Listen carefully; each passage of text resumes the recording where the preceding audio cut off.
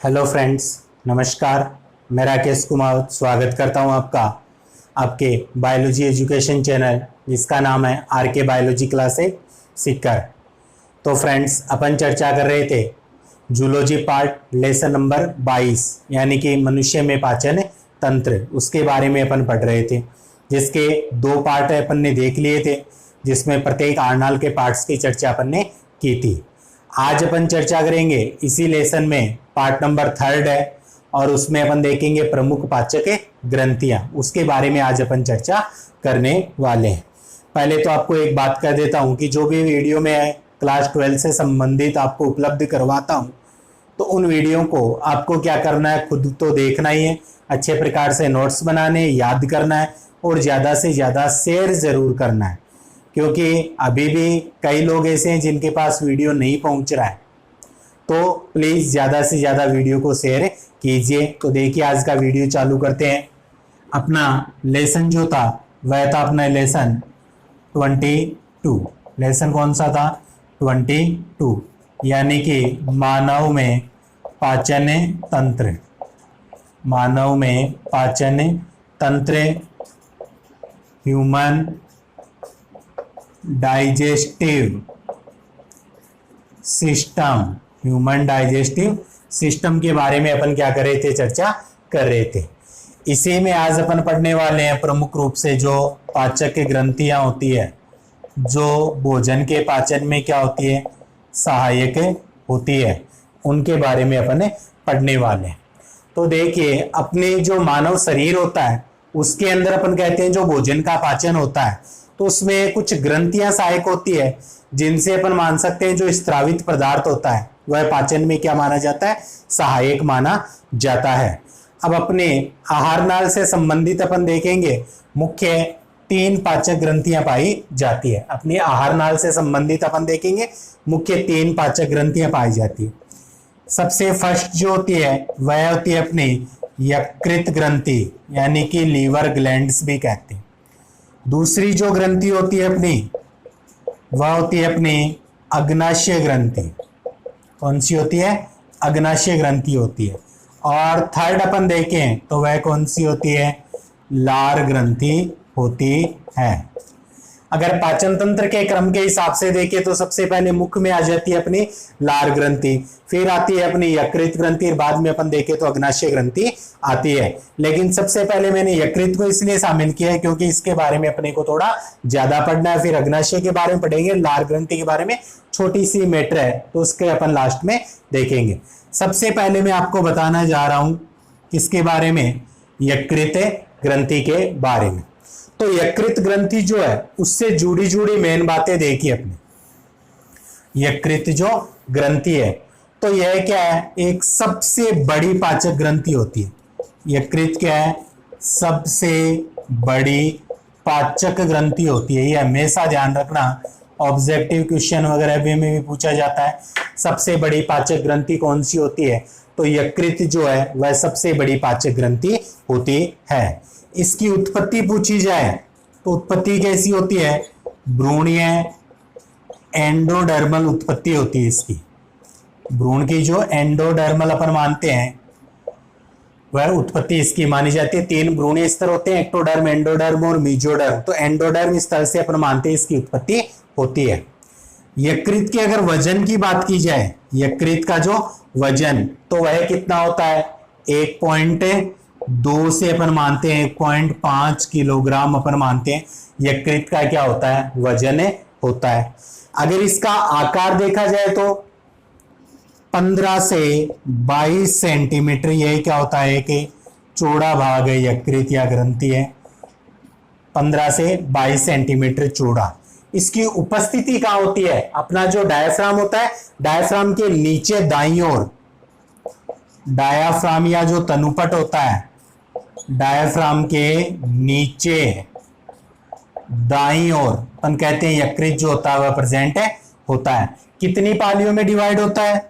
2 पालियों में विभक्त। यकृत जो होता है 2 पालियों में क्या होता है?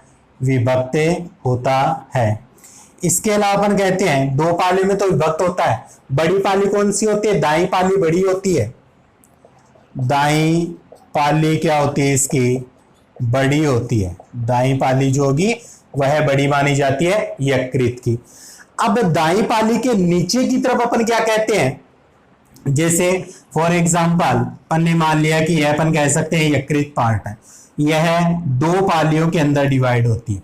ये अपन कह दें बाई पाली और यह अपन कह देते हैं दाई पाली यकृत की मानते हैं। अब जो दाई पाली है ना उसके नीचे की तरफ अपन मान सकते हैं कि एक थैलेनुमा संरचना स्थित होती है, एक थैलेनुमा संरचना दाई पाली के नीचे, जिसे अपन क्या कहते हैं, पित्ताशय। पित्ताशय उपस्थित कहां, दाई पाली के नीचे की ओर क्या पाया जाता है, पित्ताशय जो होता है वह उपस्थित होता है। अब पित्ताशय क्या होता है कि यकृत के द्वारा जो किसका स्त्राव होता है, पितरस का। यकृत के द्वारा पितरस का जो स्त्राव होता है वह पितरस किसमें आकर स्थित रहता है, इसी पित्ताशय के अंदर स्थित रहता है। तो अपन लिख सकते हैं कि पित्ताशय में पितरस का संचय होता है, पित्ताशय में पितरस का क्या होता है, संचय होता है। ये बात अपन पित्ताशय के बारे में लिख सकते हैं। फिर अपन कहते हैं जो पित्ताशय होता है इसके अंदर अपन कहते हैं पितरस का संचय होता है। अब ये पितरस होता क्या है, तो पितरस अपन मान सकते हैं हरे पीले रंग का एक क्षारीय पदार्थ, पित्ते हरे पीले रंग का क्षारीय पदार्थ होता है। यानी इसका पीएच मान अपन कहते हैं किससे, 7 से ज्यादा अपन इसका पीएच मान मानते हैं। अब इस पितरस में क्या क्या पाए जाते हैं, इसमें पित्त लवण होते हैं और साथ साथ में पित्त वर्णक पाए जाते हैं। इसमें पित्त लवण और पित्त वर्णक जो होते हैं वह क्या होते हैं, उपस्थित होते हैं। किसमें होते हैं, पितरस में अपन मानते हैं क्षारीय पदार्थ होता है। अब इसके अंदर मुख्य रूप से अपन देखते हैं कि जो यकृत के अंदर क्या पाई जाती है, यकृत की जितनी भी जो कोशिकाएं होती है या वाहिनियां होती है वह पित्ताशय वाहिनी के साथ मिलकर, यानी कि यकृत वाहिनी प्लस पित्ताशय की वाहिनी, यकृत वाहिनी प्लस पित्ताशय की वाहिनी, यह दोनों जब मिल जाती है तो एक है सामान्य पित्त वाहिनी जिसे अपन बोलते हैं डक्टस कोलोडोकस। डक्टस कोलोडोकस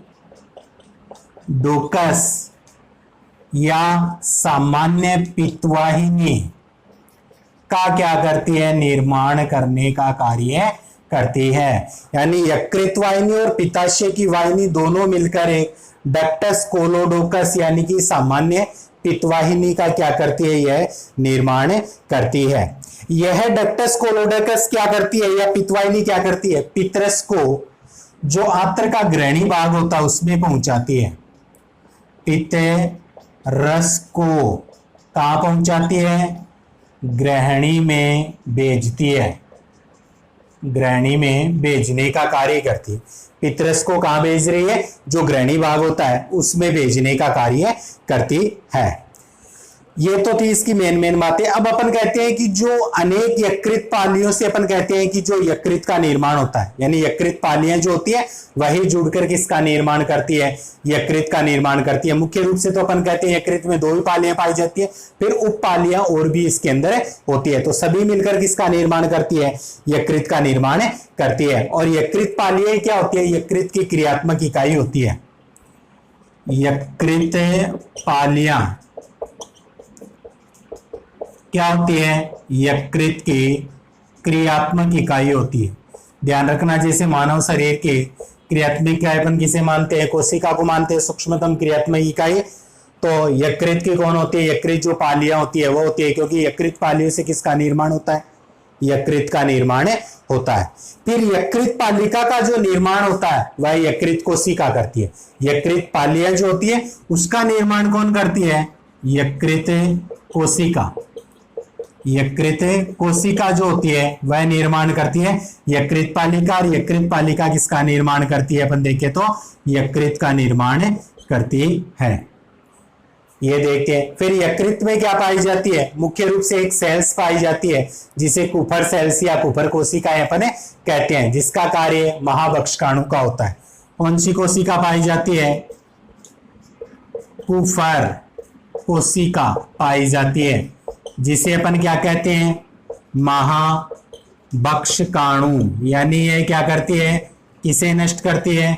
भोजन के साथ आए जीवाणु को क्या करती है? नष्ट करने का कार्य करती है। ये मेन बातें जो यकृत से संबंधित थी वो मैंने आपको बताई है। एक मिनट देख लो सभी कि सबसे बड़ी पाचक ग्रंथि होती है यकृत। भ्रूणीय एंडोडर्मल उत्पत्ति मानी जाती है। वजन 1.2 से 1.5 किलोग्राम इसका होता है। 15 से 22 सेंटीमीटर चौड़ाई होती है। स्थिति होती है डायफ्राम के नीचे दाईं ओर पाया जाता है। इसीलिए अपन कहते हैं जब अपन उसका उत्सर्जन तंत्र का डायग्राम बनाते हैं तो दाईं ओर का जो वृक्क होता है वो थोड़ा नीचे दिखाते हैं, क्योंकि दाईं ओर किसकी उपस्थिति होती है? यकृत की उपस्थिति होती है। यकृत 2 पालियों में विभक्त होता है, दाएं पाली और बाएं पाली। दाएं पाली क्या होती है? कुछ बड़ी होती है, और भी अनेक पालियों में डिवाइड हो जाता है। फिर इसमें अपन देखते हैं दाएं पाली जो होती है उसके नीचे की ओर एक थैलीनुमा पार्ट होता है, जिसे क्या कहते हैं? पित्ताशय कहते हैं। पित्ताशय में क्या संचित होता है? पित्रस। पित्रस का स्त्राव किससे होता है? यकृत से होता है। फिर पित्ताशय में पित्रस का संचय होता है। पित्रस में क्या होता है? हरे पीले रंग का एक क्षारीय पदार्थ होता है, जिसका पीएच मान 7 से ज्यादा होता है। पित्त रस में अपन देखते हैं पित्त लवण और पित्त वर्णक की क्या होती है? उपस्थिति होती है। पित्त लवण पाए जाते हैं और साथ में अपन कह सकते हैं कि पित्त वर्णक जो होते हैं उनकी उपस्थिति मुख्य रूप से होती है। फिर अपन देखते हैं जो यकृत की वाहिनी और पित्ताशय की वाहिनी दोनों मिलकर किसका निर्माण करती है?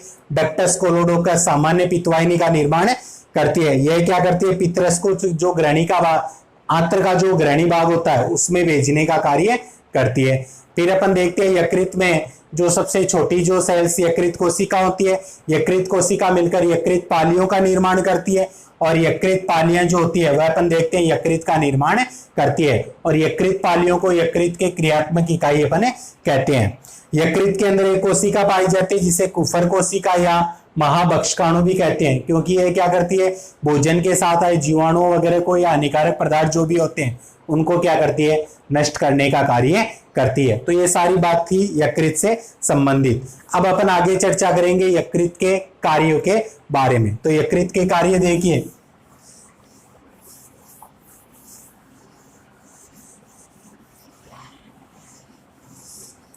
सबसे फर्स्ट जो यकृत का कार्य होता है मुख्य रूप से वह क्या होता है? पित्त निर्माण। यकृत का जो मुख्य कार्य होता है वह क्या होता है? पित्त का निर्माण करना। यानी अभी भी अपन ने देखा था यकृत के द्वारा पित्तरस का स्त्राव होता है, तो वह अपन कहते हैं पित्त निर्माण करना। अब ये पित्त होता क्या है? तो अभी मैंने बताया था आपको, हरा पीला रंग का क्या होता है? एक पदार्थ होता है। हरे पीले रंग का एक पदार्थ होता है जिसमें उपस्थिति किसकी होती है? मुख्य रूप से अगर देखें तो पित्त लवण, इसकी उपस्थिति होती है। पित्त लवण की उपस्थिति। पित्त लवण में कौन से? सोडियम बाइकार्बोनेट और ग्लाइकोलेट और sodium bicarbonate. Glycolate sodium bicarbonate, एक होता है टोरोकोलेट। इनकी मुख्य रूप से अब अगर अपन देखे जाए तो ये 3 मुख्य पित्त लवण जो होते हैं इनकी उपस्थिति मानी जाती है। फिर अपन कहते हैं इसमें क्या पाए जाते हैं? पित्त वर्णक भी पाए जाते हैं। क्या पाए जाते हैं? पित्त वर्णक। तो वह कौन से होते हैं? एक तो होता है बिलीवर्डिन, एक होता है बिलीरुबिन।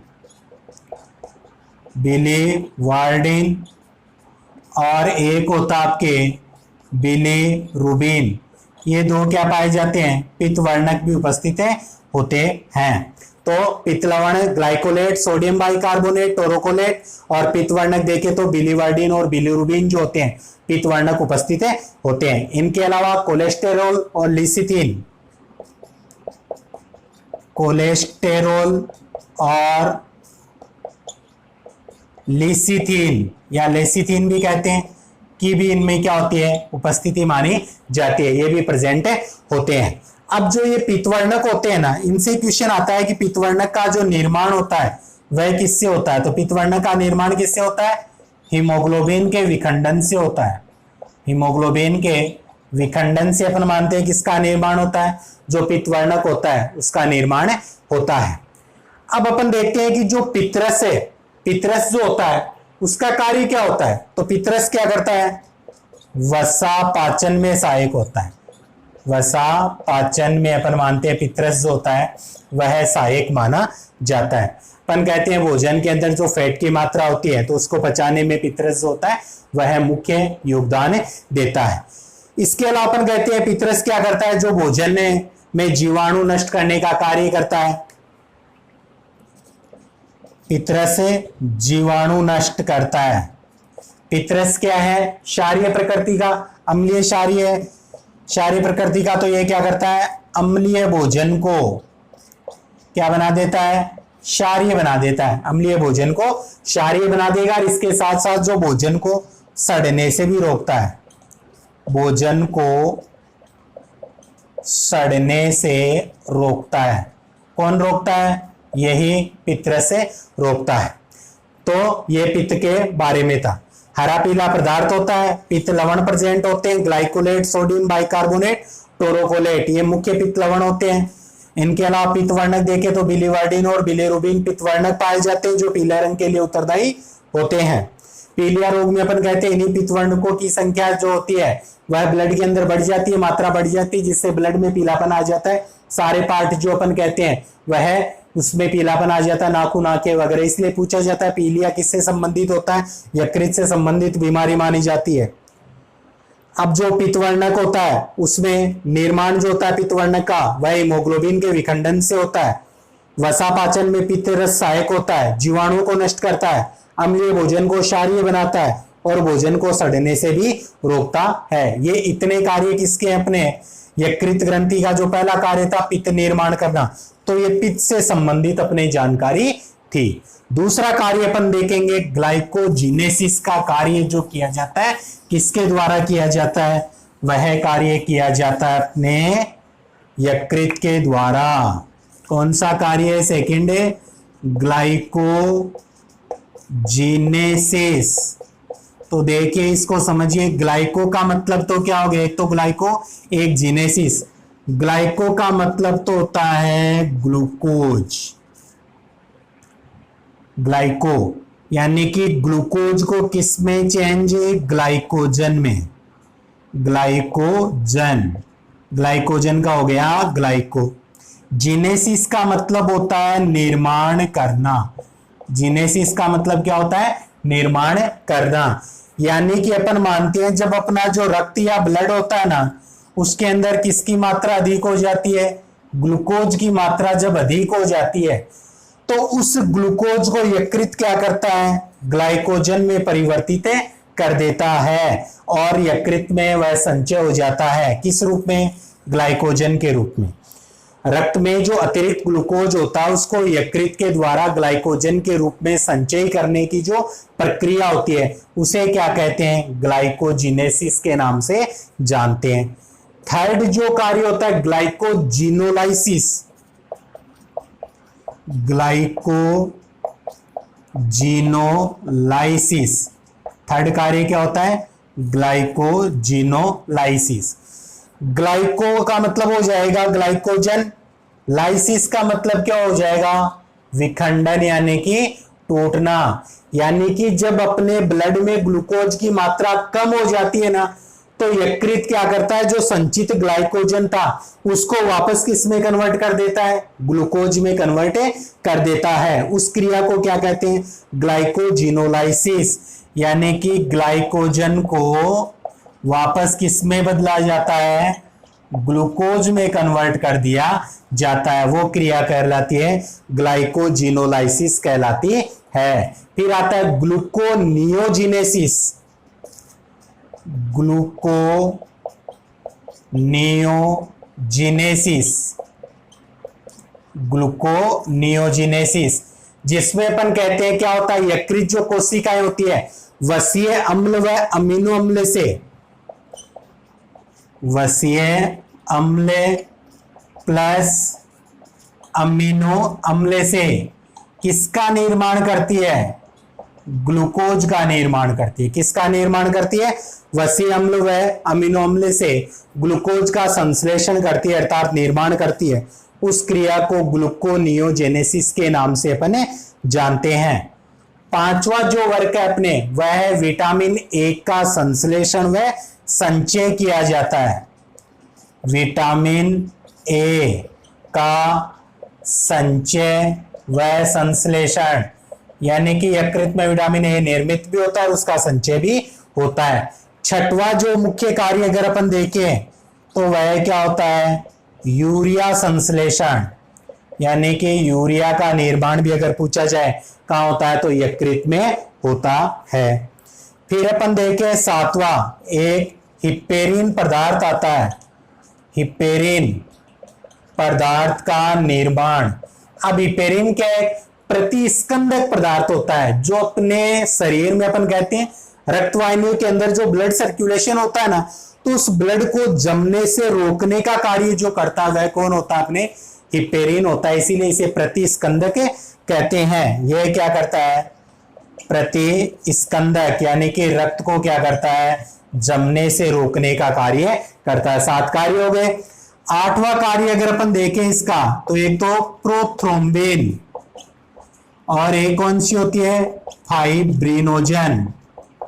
प्रोथ्रोम्बिन और फाइब्रिनोजन दोनों क्या है, प्रोटीन है। तो इनका क्या करना, निर्माण करने का कार्य भी इन्हीं का होता है, इनका संश्लेषण किया जाता है। और ये दोनों किस में सहायक होती है, ये रक्त स्कंदन में सहायक होती है। यानी कि चोट वगैरह अपने लग जाती है तो उस रक्त को रोकने में या थक्का बनाने में यह सहायक होती है, इनका संश्लेषण। और जो थक्का बनने को रोकता है वह था हिपेरिन प्रतिस्कंदक, उसका निर्माण भी यही होता है। 8 कार्य हो गए। 9वां कार्य अगर देखें तो अपन देखते हैं कि भ्रूणावस्था में देखें तो रुधिर का उत्पादक अंग होता है। रुधिर उत्पादक अंग अपन कहते हैं आरबीसी वगैरह होती है। भ्रूणावस्था में यकृत का जो स्प्लेन या पलिया भाग होता है, इसे तिल्ली ग्रंथि कहते हैं, वहीं पर निर्मित होती है। इसलिए भ्रूणावस्था में रुधिर का उत्पादक अंग यानी कि ब्लड बैंक हो जाता है। और जब अपन कहते हैं आरबीसी डेथ वगैरह हो जाती है, आरबीसी की डेथ हो जाती है, तो यहां पर अपन कहते हैं कि यही क्या बन जाता है कि एक तरह से उसके मृत स्थान बन जाता है। यानी कि वयस्क में अपन देखते हैं, वयस्क में यकृत की जो कौन सी कोशिकाएं, कुफर कोशिकाएं, यकृत की जो कुफर कोशिकाएं होती है वह क्या करती है, आरबीसी को नष्ट करती है। कुफर कोशिकाएं आरबीसी को नष्ट करती है। इसीलिए अपन कहते हैं कि यकृत के पलिया भाग को अपन क्या कहते हैं, आरबीसी का बुच्चड़ खाने के नाम से भी जानते हैं। तो यकृत के मुख्य कार्य, यकृत एक ऐसी ग्रंथि है जो कि 12th के साथ साथ जितने भी कंपटीशन एग्जाम अपने, चाहे वह कोई सी भी टीचर भर्ती हो, रेट एग्जाम हो, चाहे आपके फर्स्ट ग्रेड हो, सेकंड ग्रेड, थर्ड ग्रेड, कोई भी एग्जाम, अन्य एग्जाम, सब में सहायक है मानी गई। तो कार्य दोबारा देख लीजिए, पित्तरस का निर्माण करना, ग्लाइकोजिनेसिस यानी कि अपन कहेंगे कि रक्त में ग्लूकोज के अतिरिक्त हो जाता है तो उसको ग्लाइकोजन में कन्वर्ट कर दिया जाता है। ग्लूकोजिनोलाइसिस यानी ब्लड के अंदर ग्लूकोज कम हो जाता है तो उस ग्लाइकोजन को वापस ग्लूकोज में कन्वर्ट। ग्लूकोनियोजेनेसिस, वसीय अम्ल और अमीनो अम्ल से ग्लूकोज का निर्माण किया जाता है। विटामिन ए का संश्लेषण व संचय किया जाता है। यूरिया का संश्लेषण होता है। हिपेरिन पदार्थ का निर्माण होता है। हिपेरिन एक प्रतिस्कंदक पदार्थ होता है जो ब्लड का थक्का बनने को रोकता है, प्रतिस्कंदक। फिर प्रोथ्रोम्बिन और फाइब्रिनोजन जो प्रोटीन होती है उसका निर्माण करना, ये दोनों रक्त स्कंदक प्रोटीन होती है, यह रक्त का थक्का बनने में सहायक होती है। फिर अपन कहते हैं भ्रूणावस्था में रुधिर उत्पादक अंग होता है, क्योंकि आरबीसी की जो उत्पत्ति होती है वह यही यकृत या अपन मानते हैं पलिया भाग में उपस्थिति मानी जाती है। भ्रूणावस्था में ब्लड बैंक होता है। वयस्क में अपन कहते हैं कुफर जो सेल्स होती है आरबीसी को यहीं पर नष्ट करती है, तो इसलिए अपन मानते हैं उनके लिए यह कब्रिस्तान के रूप में भी कार्य करता है, यकृत या यकृत के पास का पलिया भाग। तो ये थी अपने मुख्य जानकारी यकृत ग्रंथि के बारे में। आशा करता हूं वीडियो आपको अच्छा लगा होगा, तो वीडियो को एक लाइक कर दीजिए और सबसे इंपॉर्टेंट कार्य कि आप लोगों का वीडियो को शेयर जरूर कीजिए। अगले वीडियो में अपन चर्चा करेंगे बची हुई 2 पाचक ग्रंथियां कौन कौन सी, एक तो बची हुई अग्नाशय ग्रंथि, एक बची हुई है लार ग्रंथि, उनके बारे में अगले वीडियो में अपन देखेंगे। तो वीडियो देखने के लिए आप सभी का धन्यवाद। मिलते हैं अगले वीडियो में एक नए टॉपिक के साथ, तब तक के लिए जय हिंद जय भारत।